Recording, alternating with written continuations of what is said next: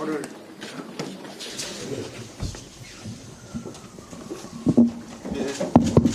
네. 오늘 일부 혼선이 있어서 죄송합니다. 오늘 기자간담회를 하고자 하는 거는 여러분들이 좀 편하게 이제는 경선 막바지에 도달했으니까 질문을 주시면 제가 대답을 하고 그런 시간을 한번 가져보려고 했습니다. 자, 편하게 질문하시죠. 무엇이라도. 근데 소속은 좀 이야기하고 합시다. 전부 마스크를 끼라니까 누가 누군지 모르겠어요. 네, 대표님, 저 뉴스핌의 김태훈 기자라고 합니다. 저희 다름이 아니라 오늘 아침에 하태경 의원이 이제 라디오에서 이제 홈캠프 쪽에서 공개 구애가 있었다라고 얘기를 하는데 대표님께서 좀 시원하게 말씀 좀 해주시면 감사하겠습니다. 거짓말입니다. 아마 하태경 의원이 이런 말 한 일이 있을걸요. 모두들 전화 오는데 한 군데서는 안 왔다. 기억하실 겁니다. 그 한 군데가 우리입니다. 그 아마 여명 대변인이 이야기했던 대로 모든 사람을 봤지만은 주사파 출신은 안 봤습니다. 됐습니까? 네.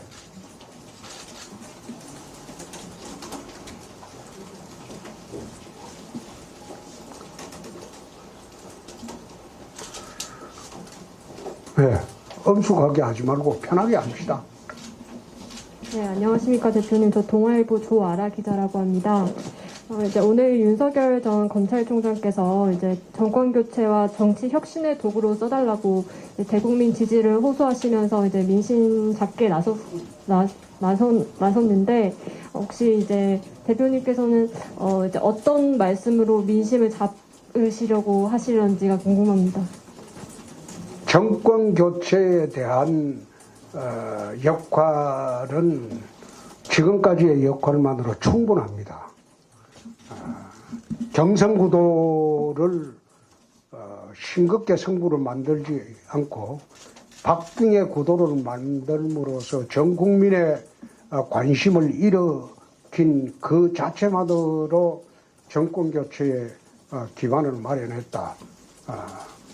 참 여태 고생했다고 생각합니다. 예. 또요. 자, 여기.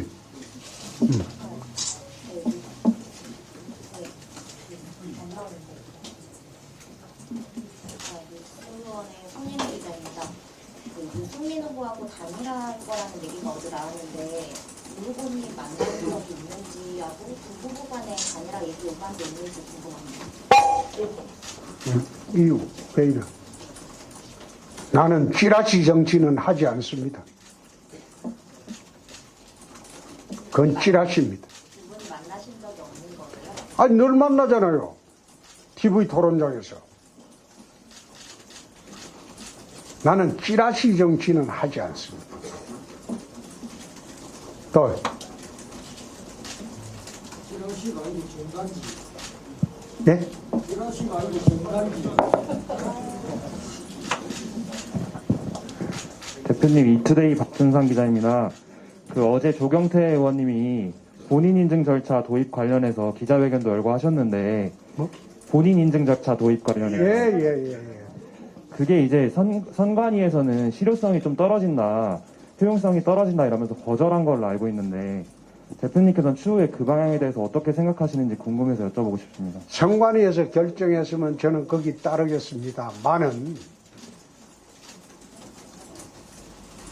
대리투표의 가능성은 차단하는 게 맞습니다. 그게 1%라도 대리투표의 가능성이 있다면 그 가능성은 차단하는 게 맞겠죠? 네, 또. 예, 저 뒤. 예, 대표님, 머니투데이 서준욱 기자입니다. 두 가지 질문을 드리고 싶은데요. 첫 번째로 이제 8일 남았잖아요. 이 다음 주에는 주로 어떤 일정으로 소화를 하실 건지, 어디에 주력을 두실 건지 궁금하고요. 두 번째로는 지금 이제 몇 달간 경선을 하시면서 뭐 다양한 분기점이 있고 기억에 남으실 일들이 많을 것 같은데, 그 중에서 가장 기억에 남는 일을 꼽자면 어떤 게 있으실지 궁금합니다. 지역에 개별 방문하는 것은 이건 전국 지역에 대부분 개별 방문을 다 했습니다. 그래서 서울에서 메시지 전을 준비를 8일 동안 하려고 합니다. 가장 기억에 남는 것은 저희들도 캠프에서도 모르는 사이에 SNS 공간에서 2030들이 무야홍 놀이를 하는 것을 저희들이 한 뒤늦게 알았습니다. 그래서 그때 상황이 제일 기억에 남습니다. 네.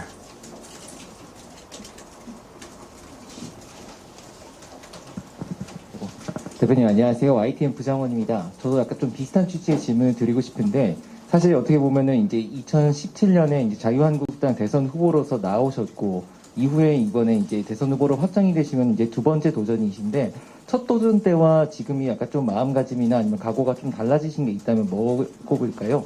첫 번째는 여러분도 아시겠지만은 저희 당의 대통령을 하셨던 분이 파면당하고 구속까지도 됐어요. 당 지지율이 4%밖에 되지 않았고, 또 모든 언론들이 우리 당을 해체하라고 그랬어요. 당을 해체하라고 그랬는데 그 속에서도 당을 재건해야 되겠다는 그런 일념으로 나간 게 지난 대선입니다. 패전 처리 투수였죠. 근데 그때 재건했던 게 기반이 돼서 지금의 국민의힘이 되어 있습니다. 이제는 승리 투수를 할 자신이 있다. 그런 입장으로 이번 대선에는 임하고 있습니다.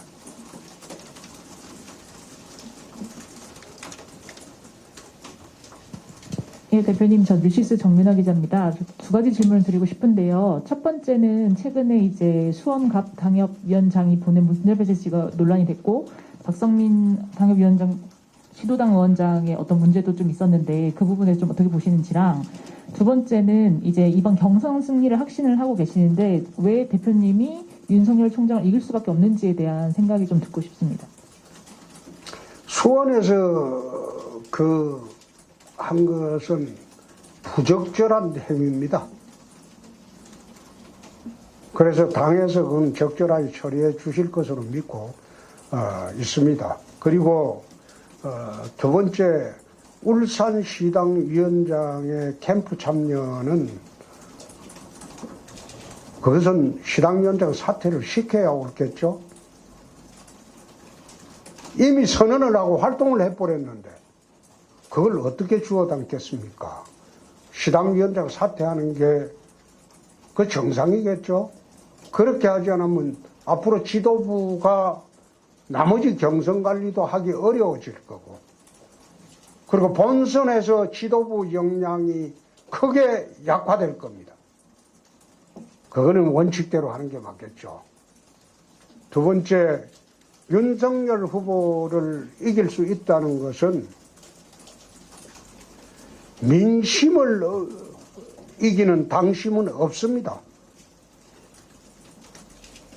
모든 여론조사 지표가 홍준표만이 이길 수 있다는 게 대부분 나오고 있는데 당원들이 어떻게 다른 선택을 할 수 있겠습니까? 그리고 두 번째, 당의 후보 선출하고 난 뒤에 나머지 4개월이 남았습니다. 그때는 전쟁 상황이 됩니다. 과연 윤석열 후보로 그 상황 돌파가 가능하겠습니까? 각종 비리는 어떻게 하고, 또 상대방에 대한 대응 능력, 여태 우리 겪었지 않습니까? 지금 마지막 경선 때 실수 안 하는 것을 세상의 목표로 하고 지금 나오지도 않고 있는데 4개월 동안 그렇게 해가지고 대선 되겠습니까? 나와서 하는 말마다 지금 실언이다 망언이다 그런 꼬리표가 따라 붙는데 저보고 막말 뭐 했다 근데 저는 26년 정치하면서 막말 몇 번 했어요. 근데 들어온 지 3개월밖에 안 돼가지고 26번이나 실언을 하고 막말을 하는데 그런 사람은 어떻게 믿고 당원들이 선택을 하겠습니까? 앞으로 남은 4개월 동안 대선의 삭막한 전쟁터에 온몸에 상처를 입고 나갈 수 있겠습니까? 나는 그 두 가지만으로 당원들이 올바른 선택을 할 것으로 확신합니다.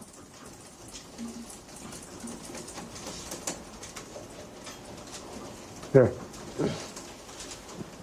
대표님, 뉴스핀 김태형 기자입니다. 저 다름이 아니라 이준석 대표와 김종인 전 위원장의 관계도 있고 지금 11월 5일 본 후보가 선출되면은 김종인 위원장의 역할이 있을 거라고 다들 예상을 하고 있는데 작년부터 복당 관련해서 김종인 전 위원장과 사이가 그렇게 좋지 않은 것으로 알려졌습니다. 혹시 만약에 후보가 되시면 김종인 위원장의 역할은 좀 어떻게 물고 계시는지 여쭤보고 싶습니다. 본선에서 도움이 될지 안 될지 그걸 보고 판단을 해야 합니다.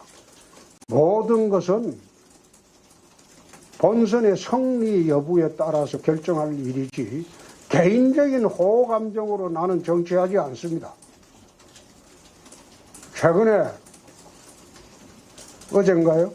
강원민방에서 나를 따르던 사람이 배신했다. 어떻게 생각하냐? 리더십에 문제가 있는 거 아니냐? 그 말을 했지만 내 배신 2번 당했다고 이야기를 한 적이 있습니다. 제가 정치하면서 저를 배신한 사람은 딱 2사람입니다. 옛날에 경남지사 할 때 딱 한 사람이 있었고 이번 경선 때 내가 키운 사람이 지난 3월 중순인가 4월인가 저를 찾아왔길래 내가 그런 이야기를 해줬습니다.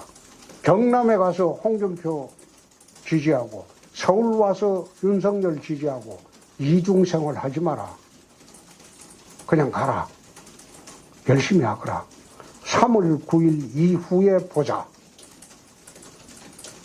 내가 흔쾌히 보내줬습니다. 자기 정치적 선택이기 때문에. 그래서 저는 개인 감정이나 그리고 개인적인 호로 정치하지는 않습니다. 경선 후에 가장 중요한 것은 원팀 정신입니다. 나를 지지했건 안 했든 간에 그때는 원팀이 되는 겁니다.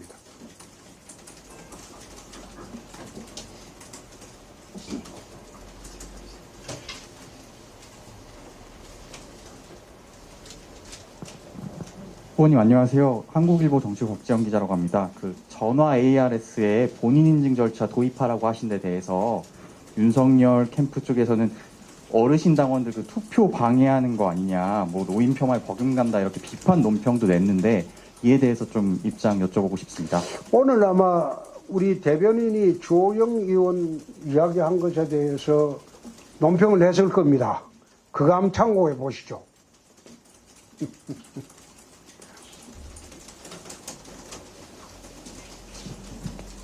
네, 아시아투데이 조재학입니다. 그 대표님께서 좀 전에 민심 이기는 당신은 없다라고 말씀을 하셨는데 당신과 민심이 왜 격리가 됐는지 이 이유에 대해서 어떻게 생각하고 계신지 궁금하고요. 또 민심이 당심을 이기려면 어떻게 해야 될지 보관이 있으신지 궁금합니다. 우선 거꾸로 내 대답을 하겠습니다. 민심이 당심을 이기려고 하면 이 당은 대선에서 절대 이길 수가 없습니다. 망할 겁니다. 두 번째, 뭐라고 했죠? 첫 번째 질문이? 민심과 당심이 격리돼. 당심이 왜 그래 됐냐? 8월 중순까지는 윤석열 후보가 유일한 정권교체의 대안이었습니다. 그런데 정치판 들어와서 일단 실언과 망언으로 지지율이 반토막이 났어요. 그 사이에 홍준표는 2030의 열화 같은 지지로 지금 골든크로스 이루어가지고 된 지가 거의 한 달이 넘었습니다. 근데 그걸 아직도 우리 작년 세대들이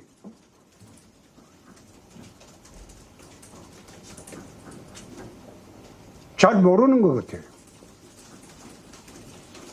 이미 그 빠른 2030, 40까지는 확산이 됐고 또 50까지도 지금 확산이 됐는데 60대 이상 장년층에게는 아직 그게 확산되지 않은 것 같습니다. 그래서 민심과 당심 웃는 그런 이야기가 나오는 것 같습니다.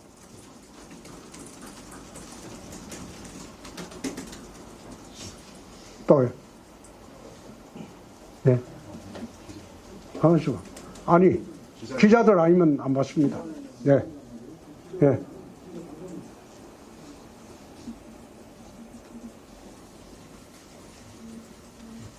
네. 제1공신의 박윤균이라고 하는데요. 네. 말씀하셨다시피 후보님의 상대적인 지지 취약계층 고령층이 꼽히는데 이분들의 지지를 얻기 위해서 어떤 노력을 하실 것이신지. 고령층 지지를 어떻게 방법? 마지막 설득 작업을 하고 있습니다.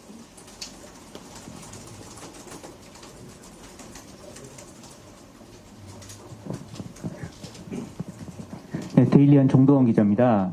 그 다음 달 5일에 이제 당 후보로 선출이 되시면은 그 경쟁 후보였던 윤석열 전 검찰총장이나 유승민 후보, 원희룡 후보에게 어떤 역할을 맡기셔서 원팀을 이뤄내실 것인지 궁금합니다.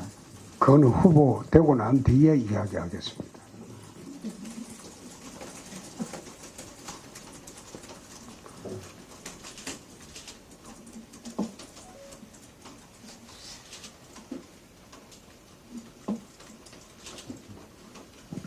뉴시스 정민아 기자인데요. 이재명 후보에 대한 질문이 하나도 안 나온 것 같아서요. 그 대장동 그 의혹은 좀 어떻게 될 것으로 보시는지랑 그 이재명 후보가 음식점 영업 제한에 대한 언급을 했거든요. 그거에 대해서 좀 어떻게 생각하시는지. 음식점 부분은 제 페이스북에 내가 설명을 해놨습니다. 영업의 자유에 대해서 본질적인 침해고 위헌적인 발상이다.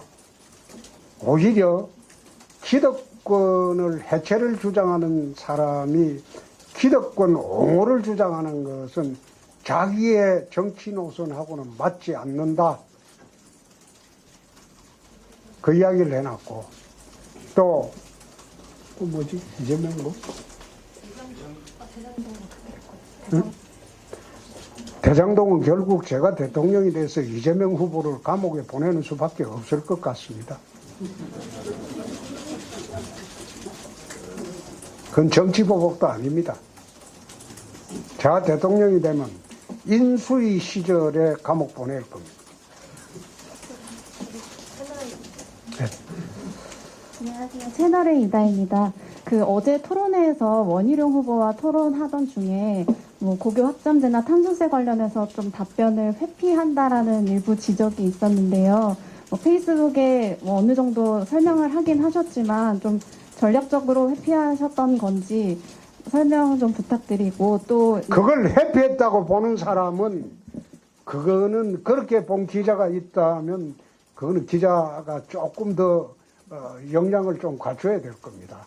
네, 그리고 이제 추가로 앞으로 토론회에서 좀 어떤 면모를 보여주실 계획이신지 말씀 부탁드리겠습니다. 이젠 토론회 한 번밖에 없습니다.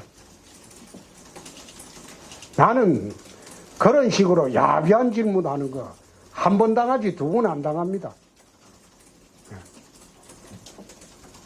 그 질문을 받았을 때 야비하다는 생각이 들었어요. 이미 그 전에 중앙일보에 각 후보 진영의 탄소세에 대한 입장이 다 공개가 됐습니다. 답변을 하고.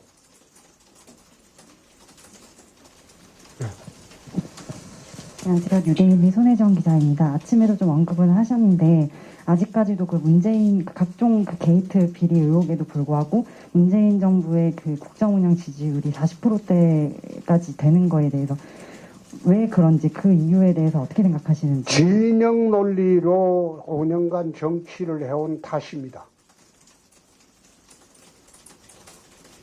이재명 후보가 대장동 비리에도 불구하고 건재한 이유는 진영 논리 탓입니다. 오래가지 않을 겁니다. 네. 이투데이 박준상 기자입니다. 오늘 아침에 한국일보 보도에 문재인 대통령이 차별금지법 검토할 필요가 있다고 그런 보도가 나왔는데, 대표님 혹시 차별금지법에 대해서 어떻게 보시는지 궁금합니다. 그냥 조용히 물러나지. 물러나는 마지막 순간까지 온갖 해코지를 다 하고 물러나려고 하는 거, 그거 참 좀 내 대답하기 그렇습니다. 우리 헌법 평등의 원칙 조항을 보면 법 앞에 평등하다고 되어 있습니다. 그건 헌법 원칙만 보면 될 거를 뭐 하려고 또 동성애 합법화 시키려고 그런 법률을 만들려고 하는지, 물러날 때 되면 좀 조용히 물러나지. 왜 물러날 때까지 마지막까지 그러는지. 최근에 이재명 후보 문재인 대통령의 청와대, 그게 무슨 관이지? 네? 상준제에서 만난 것도 내 부적절하다고 이야기한 적 있지 않습니까? 네? 본관이나 여민관에서 만나면 녹음을 해야 되는데 상춘제 만나면 녹음을 하지 않습니다. 말하자면 둘이 무슨 쏙닥거림이 있었는지 아무도 몰라요. 공식적인 만남이 아니었다 이 말이에요. 공식적인 만남을 하려면 여민관이나 본관에서 만나야 돼요. 그러면 그 자리에는 반드시 녹취를 해야 돼요.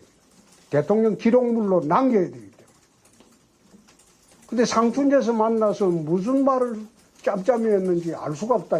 그것도 부적절한 게, 한 사람은 대장동 비리의 주범으로 몰려있고 또 한 사람은 대장동 비리의 주범을 잡아야 할 최종 책임자입니다. 어떻게 그런 관계에 있는 사람이 비밀 장소에서 만나가지고 짬짬이를 할 수 있는지 아주 부적절한 만남입니다.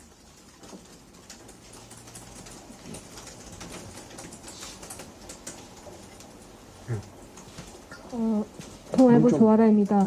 아까 말씀하신 대로 지금 대선 전국이 진영 논리가 심화되고 있는 가운데 이 중도층의 표심이 중요하다는 이제 전문가들의 의견이 나오고 있는데 이제 대표님께서 후보가 되시면 어떻게 이 중도층의 표심을 이끌어내실지에 대해서 생각한 바 있으신지요? 예?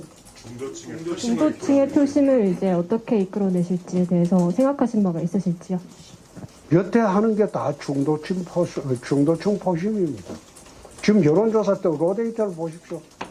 중도층이 저한테 제일 많이 와 있습니다.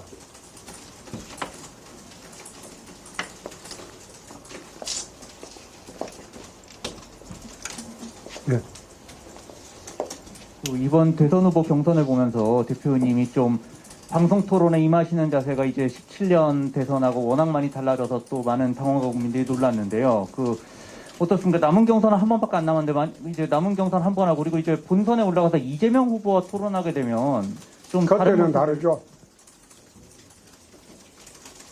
그때는 좀 다른 모습을 보여주신다고 보면 될까요? 그때는 우리 당끼리 토론이 아니기 때문에 스타일이 달라질 거예요.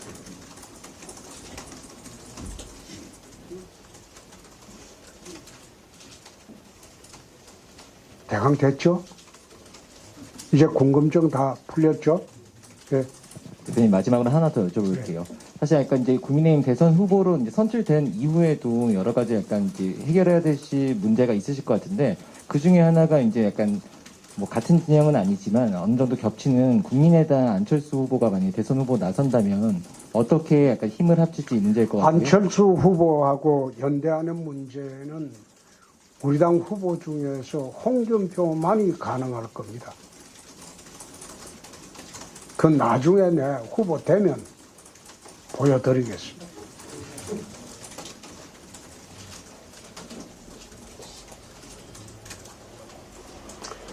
방금 말씀하신 거 다른 후보들은 안 되는데 홍 후보님만 되신다는 거잖아요. 혹시 조금만 더 부연 설명해 줄 수 있을까요?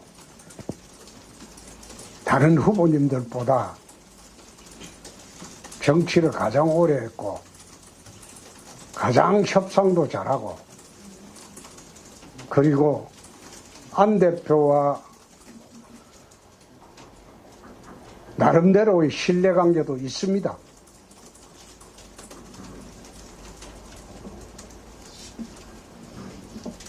그만할까요?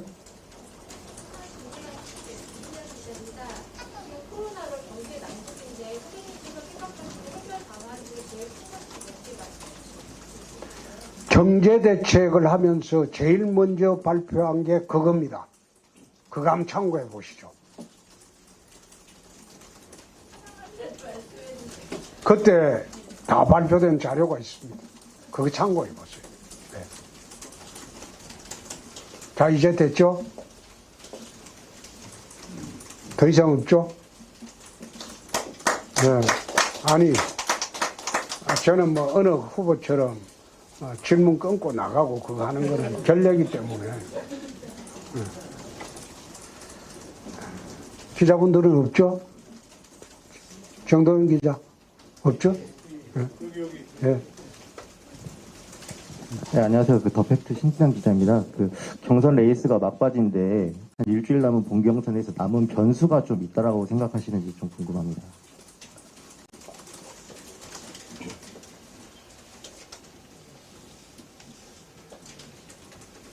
어떠한 변수가 있더라도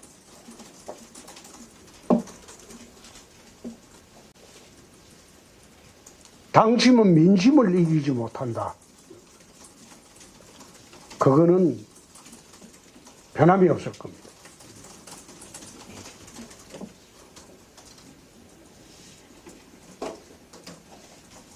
저는 계속 올라갈 소지가 있지만 상대 후보는 아직도 악재만 남아 있습니다. 국회의원들 데리고 가는 거 당원들이 좋아하지 않습니다. 두고 보십시오. 구태 경선 하는 거 당원들 좋아하지 않습니다. 자, 됐죠?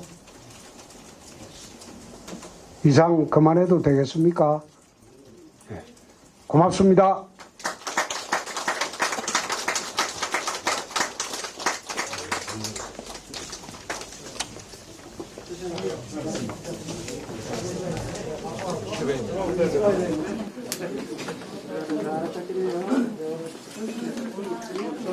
그리고 내 문자로도 다 다음에 이제